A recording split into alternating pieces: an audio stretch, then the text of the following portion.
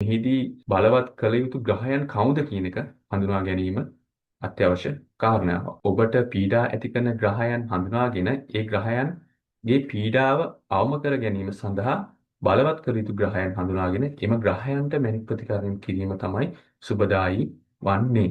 ආයුබෝවන් miracle astrology YouTube channel එකට ඔබව සාදරයෙන් පිළිගන්නවා. අද සාකච්ඡා කරන්න බලාපොරොත්තු වන්නේ නිවැරදිව මැණික් ප්‍රතිකර්මය කරන ආකාරය. ජ්‍යොතිෂ ශාස්ත්‍රය තුළ පවතින ප්‍රබල ශාන්ති කර්මයක් විදිහට මේ මැණික් ප්‍රතිකර්මය හඳුනා දෙන්න පුළුවන්. ඉතින් මෙම මැණික් ප්‍රතිකර්මය නිවැරදිව කරගන්න ආකාරය සම්බන්ධව සාකච්ඡා කරන්න මෙම වීඩියෝ බලාපොරොත්තු වෙනවා. ජ්‍යොතිෂ ශාස්ත්‍රයේ චන්ද්‍රයාගේ ජීවිතය දෙස බලන බැලිය හැකි කැඩපතක් බඳු ශාස්ත්‍රයක්. මේ ශාස්ත්‍රීය ඍෂිවරුන් විසින් හදලා තියෙන්නේ මේ සෞරග්‍රහ මණ්ඩලය පදනම් කරගෙන සෞරග්‍රහ මණ්ඩලයේ සිටින ග්‍රහයන්ගේ ග්‍රහ වස්තුන්ගේ බලපෑම මේ මිනිස්යාට සහ මේ පෘථිවියේ ජීවත් වෙන්නා වූ සත්තුන් සහ පරිසර පද්ධතියට බලපාන ආකාරය සම්බන්ධව සහ එහි ස්වභාවයේ වෙනස් වීම ප්‍රකාශ කිරීම සඳහා ජ්‍යොතිෂ ශාස්ත්‍රය සමග බද්ධ වූ මැණික් ප්‍රතිකර්මයේ වර්තමානයේ වලට මිනිසුන් විසින් තම ජීවිතයට ලං කර ගැනීමේ ස්වභාවයක් තියෙනවා. මන්ද මැණික් ප්‍රතිකර්මයේ ජ්‍යොතිෂ ශාස්ත්‍රය තුළ තියෙන ශාන්ති කර්ම වලින් ප්‍රබල ශාන්ති කර්මයක් විදිහට අපිට පෙන්වා දෙන්න පුළුවන්. ඔබගේ ජීවන ගමන තුළ නොයෙකුත් කාල සීමාවන් වලදී ලෙඩ රෝග, නිന്ദා අපහාස, ධනහානි, හදිසි අනතුරු, ඒ වගේම ශල්‍ය කර්ම වැනි විවිධ කරදර දුක් කරදර වලින් මුහුණ දීමට සිදු වෙනවා. ඉතින් මෙම කර්මයන් පළ දෙන ආකාරයේ කෙනාගෙන් කෙනාට වෙනස් වෙනවා. ඒ කෙනාගෙන් කෙනාට කුසල අකුසල කර්මයන්ගේ උස් පහත් වීම මත ඒවා පළ දෙන ආකාරය වෙනස් වෙනවා. ජ්‍යොතිෂ ශාස්ත්‍රය හරහා ග්‍රහ අපල ලෙස අපිට ගොඩක් වෙලාවට හඳුන්වන්න පුළුවන් ඔබ විසින් පෙර භවයන් වල සිදු කර කුසල අකුසල කර්මයන්. කුසල කර්මයන් පළ දෙන අවස්ථාවන් වලදී ඔබගේ ජීවිතයේ ඔබ ඉන්න තැනින් ඉහළට යෑම ඔබ කරන කියන සීල දේවල් සාර්ථකත්වය ඔබට ළඟා කර ගැනීමේ හැකියාවක් දැන් කාල සීමාවන් බවට පත් වෙනවා. ඒ වගේම අකුසල කර්ම පළ දෙන කාල සීමාවන් වලදී ඔබ කරන කියන දේවල් ඔබේ රැකිරක්ෂා කටයුතු, ඉඩ රෝග, ඒ වගේ දේවල් වල පීඩාකාරී ස්වභාවයන් වැඩිවීමක් ඔබේ ජීවිතයේ දක්නට ලැබෙනවා. ඒ වගේම ජ්‍යොතිෂ ශාස්ත්‍රය තුළ යම් ග්‍රහයෙක් හොඳ ප්‍රතිඵල දෙනවා සහ යම් ග්‍රහයෙක් නරක ප්‍රතිඵල දෙනවා කියලා අපිට වෙන් කරන්න බෑ. සීළු ග්‍රහයන් හොඳ ප්‍රතිඵල දෙන්නත් පුළුවන්, නරක ප්‍රතිඵල දෙන්නත් පුළුවන්. උදාහරණයක් විදිහට ගත්තොත් ගුරු කියන ග්‍රහයා අපි සුබ ග්‍රහයෙක් විදිහට හොඳ ග්‍රහයෙක් විදිහට සැලකුවත් ගුරු කියන ග්‍රහයාත් අපලකාරී ස්වභාවයන්, පීඩාකාරී ස්වභාවයන් දෙන අවස්ථාවන් තියෙනවා. ඉතින් ඒ කෙනාගෙන් කෙනාට ග්‍රහයන්ගේ පිහිටීම උපන් අවස්ථාවේදී ග්‍රහයන්ගේ පිහිටීමේ ස්වභාවය මත එය හඳුනා ගැනීමේ හැකියාවක් තියෙනවා. ඉතින් ඔබ ශාන්ති කර්මයක් කරන්න ඔබ ජ්‍යොතිෂ ශාස්ත්‍රයේදී ශාන්ති කර්මයක් පැත්තට යන්නේ ඔබට පීඩාකාරී ස්වභාවයක් ගැන කාලවකවානුවන් වලදීනේ. ඉතින් මේ කාලවකවානුවන් කලින් හඳුනා ගැනීමක් කිරීම හරහා කාලවකවානුවන් වලට පෙර සූදානමක් වෙන්න පුළුවන්. බොහෝ විට ඔබ සිදු කරන්නේ හොඳ කාල සීමාව ගෙවිගෙන යද්දී ඇතිවෙනා වූ නරක කාල සීමාව පැමිණී විට ඇතිවෙනා වූ රෝගාබාධ, රැකිරක්ෂාවල කටයුතු, හදිසි අනතුරු සහ ජීවිතයට දැනෙන්න ගන්නවා. යම්කිසි පීඩාකාරී ස්වභාවයක් ජීවිතේට ලං වෙනවා කියන එක දැනෙන්න ගත්තට පස්සේ තමයි ගොඩක් වෙලාවට ඔබ ජ්‍යොතිෂ ශාස්ත්‍රවේදියා වෙත යන්නේ. ඉතින් ඊට පස්සේ තමයි අහන්නේ පීඩාකාරී කාලවකවානුවක් යන්නේ. ඒ සඳහා කුමක්ද කරන්න පුළුවන් කියන එක. ඉතින් ජ්‍යොතිර්වේදියාගෙන් මෙවැනි කාල සීමාවන් මොනවාද කියන එක කලින්ම දැනගෙන ඒ සඳහා පෙර සූදානමක් විදියට දැන්ම කුසල ශක්තියන් වර්ධනය කිරීම හරහා එම පීඩාකාරී කාලවකවානු වලදී ඔබට මුහුණ දීමේ හැකියාවක් පවතිනවා. ඒ වගේම මේ ශාන්ති කර්ම පැත්තෙන් මැණික් ප්‍රතිකර්මයේ වගේ දෙයක් එම පීඩාකාරී ස්වභාවයක් එම පීඩාකාරී කාලවකවානුවන් ලං වෙද්දීම කිරීම හරහා ඔබට එම පීඩාකාරී එම අකුසල කර්මයන් පළ දෙන කාලවකවානුවන් වලදී ඔබට යම්කිසි සහනදායී ස්වභාවයක් ලබා ගැනීමේ හැකියාවක් තියෙනවා. ඉතින් මැණික් ප්‍රතිකර්ම සහ මේ ග්‍රහයන් සහ මැණික් ප්‍රතිකර්ම සහ ඔබට කොහොමද සමානතාවයක් එන්නේ කියන එක පොඩ්ඩක් සාකච්ඡා කරමු. සූර්යයා අපි ජ්‍යොතිෂ ශාස්ත්‍රයේදී සූර්යයා පදනම් කරගෙන අනිකුත් ග්‍රහලෝකයන් මේ සෞරග්‍රහ මණ්ඩලයේ ගමන් කරනා වූ අනිකුත් ග්‍රහලෝකයන් වල චලනය ස්වභාවයන් තමයි ජ්‍යොතිෂ ශාස්ත්‍රයේදී අපි පදනම් කරගන්නේ. ඉතින් සූර්යාගේ කිරණ පෘථිවියට පැමිණෙනවා වාගේම අනිකුත් ග්‍රහලෝක වලටත් එම කිරණ යනවා. ඒ වගේ මේ එකිනෙකාට එම ග්‍රහලෝකත් එම කිරණ පරාවර්තන කර ගැනීමක් සිද්ධ වෙනවා. පෘථිවියට ආසන්නයෙන් තියෙන සඳු ගැන අපි බලමු.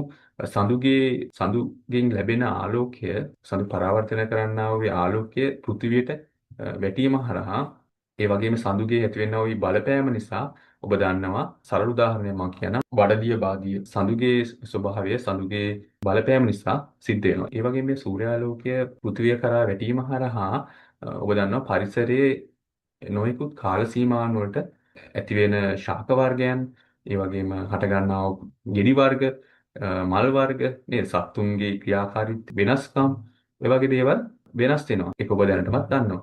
ඉතින් මේ සූර්ය කිරණ වල බලපෑමක්, ඒ වගේම සූර්ය කිරණ අනුකූල ග්‍රහලෝක වලට වැටීම හරහා එම ග්‍රහලෝක වලින් මතත් පරාවර්තනය කරන්නා වූ සීළු කිරණයන් පෘථිවියටත් වැටීමක් සිද්ධ වෙනවා. ඉතින් මෙම කිරණයන් මනුෂ්‍යයාටද බලපෑම් ඇති කරනවා. මනුෂ්‍යයාගේ කුසල අකුසල කර්මයන් පළ දෙන අවස්ථාවන් වලදී මේ පරිසරයේ ජීවත් වෙන, අපි පරිසරයෙන් ජීවත් වෙන්නේ නේද? මේ පරිසරයෙන් තමයි අකුසල කර්මයන් අපිට පළ දෙන්න තියෙන්නේ. ඉතින් මේ පරිසරයේ වෙනස්කම්, පරිසරයේ හරහා ඇතිවෙනා වූ මේ වෙනස්කම් මගින් මනුෂ්‍යයාගේ අකුසල් කර්ම පළ දෙන්න පටන් ගන්නවා. ඉතින් කේන්ද්‍ර සටහන පරීක්ෂා කිරීම හරහා ඔබගේ ජන්මපත්‍රයේ පීඩාකාරී ග්‍රහයන් කවුද කියන එක හඳුනා ගැනීමක් කරන්න පුළුවන්.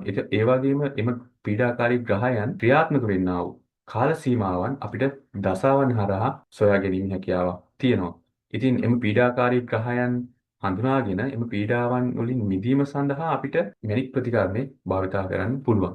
ඉතින් ප්‍රබල ශාන්ති කර්මයක් විදිහට මේ ජ්‍යොතිෂ ශාස්ත්‍රයේ මැණික් ප්‍රතිකර්මයේ භාවිතා කිරීම හරහා ඔබට තියෙනා වූ පීඩාකාරී ස්වභාවයන් යම් තරමකට අඩු කර ගැනීමේ හැකියාවක් තියෙනවා. මේකෙන් 100%ක්ම සහනයක් ලබා ගැනීමේ හැකියාවක් නැහැ. මොකද මොනම ප්‍රතිකර්මයකින්වත් මොනම ශාන්ති කර්මයකින්වත් තමන් කර අකුසල් කර්ම වසා ගැනීමේ හැකියාවක් හෝ ඉවත් කිරීමේ හැකියාවක් නැහැ. නමුත් යම්කිසි ප්‍රමාණයකින් සහනයක් ලබා ගැනීමේ හැකියාවක් තියෙනවා. උදාහරණයක් විදිහට කිව්වොත් පීඩාකාරී ස්වභාවයන් ගහ අපල ගෙනෙන ග්‍රහයන්ගේ මහදසා අතුරුදසා යන කාලවකවාන වලදී කෙනෙකුට අසනීප තත්ත්වයක් ඇති වුණොත් ඒ අසනීප තත්ත්වයට කොච්චර බෙහෙත් ගත්තත් ගොඩක් වෙලාවට අසනීප තත්ත්වය සුව වෙන්නේ නැහැ. නිවැරදි වෛද්‍යවරයා ගාවට යන්නේ නැහැ. ඒ වගේ ප්‍රශ්න තියෙනවා. සමහරවිට ලෙඩේ මොකක්ද කියන එක හොයාගන්න බෑ. ඉතින් එවැනි කාරණාවලදී ශාන්ති කර්ම තුලින්, ජ්‍යොතිෂ ශාස්ත්‍රයේ තියෙන මේ ශාන්ති කර්ම තුලින්, මැණික් ප්‍රතිකර්මය තුලින් මේ මැණික් ප්‍රතිකර්මය කිරීම හරහා ඖෂධ ශරීරයට ඇල්ලීමක්, ඒ වගේම නිවැරදි වෛද්‍යවරයෙක් හමුවීමක් වගේ සහනදායී ස්වභාවයන් ඔබට ලබා ගැනීමේ හැකියාවක් තියෙනවා. ඒ වගේම කියන්න ඕනේ, උදාහරණයක් විදිහට සෙනසුරු මහදසාවක් යන කෙනෙකුට සෙනසුරු අපලකාරී ස්වභාවයක් තියෙනවා නම්, සෙනසුරුගේ පීඩාකාරී ස්වභාවයක් තියෙනවා නම්, සෙනසුරු සඳහා නියමිත මැණික් වර්ගය, උදාහරණයක් විදිහට ගත්තොත් අපි නිල් මැණික් නැත්නම් කාක නිල වගේ මැණිකක් පැළඳීම හරහා සෙනසුරුගෙන් ඇති වෙන පීඩාව අඩුවීමක් සිද්ධ වෙන්නේ නැහැ. ඒ වගේ දෙයක් කිරීම හරහා වෙන්නේ සෙනසුරුකින් එන පීඩාව තව වැඩිවීමක්. ඉතින් ඒක නිසා ඔබගේ ජ්‍යොතිර්වේදය හමු වී නිවැරදි මැණික කුමක්ද කියන එක නිවැරදි ආකාරයෙන් ඔහුගෙන් අසාගෙන පැනදීමක් කරන්න ඕනේ. මොකද සෙනසුරු ග්‍රහයා, අපල කියන ග්‍රහයා, අපලකාරී ස්වභාවයක් කියන ග්‍රහයා පදනම් වූ මැණිකක් පැනදීම තුළින් අපලකාරී තත්ත්වයේ අඩුවීමක් සිද්ධ වන්නේ නැහැ.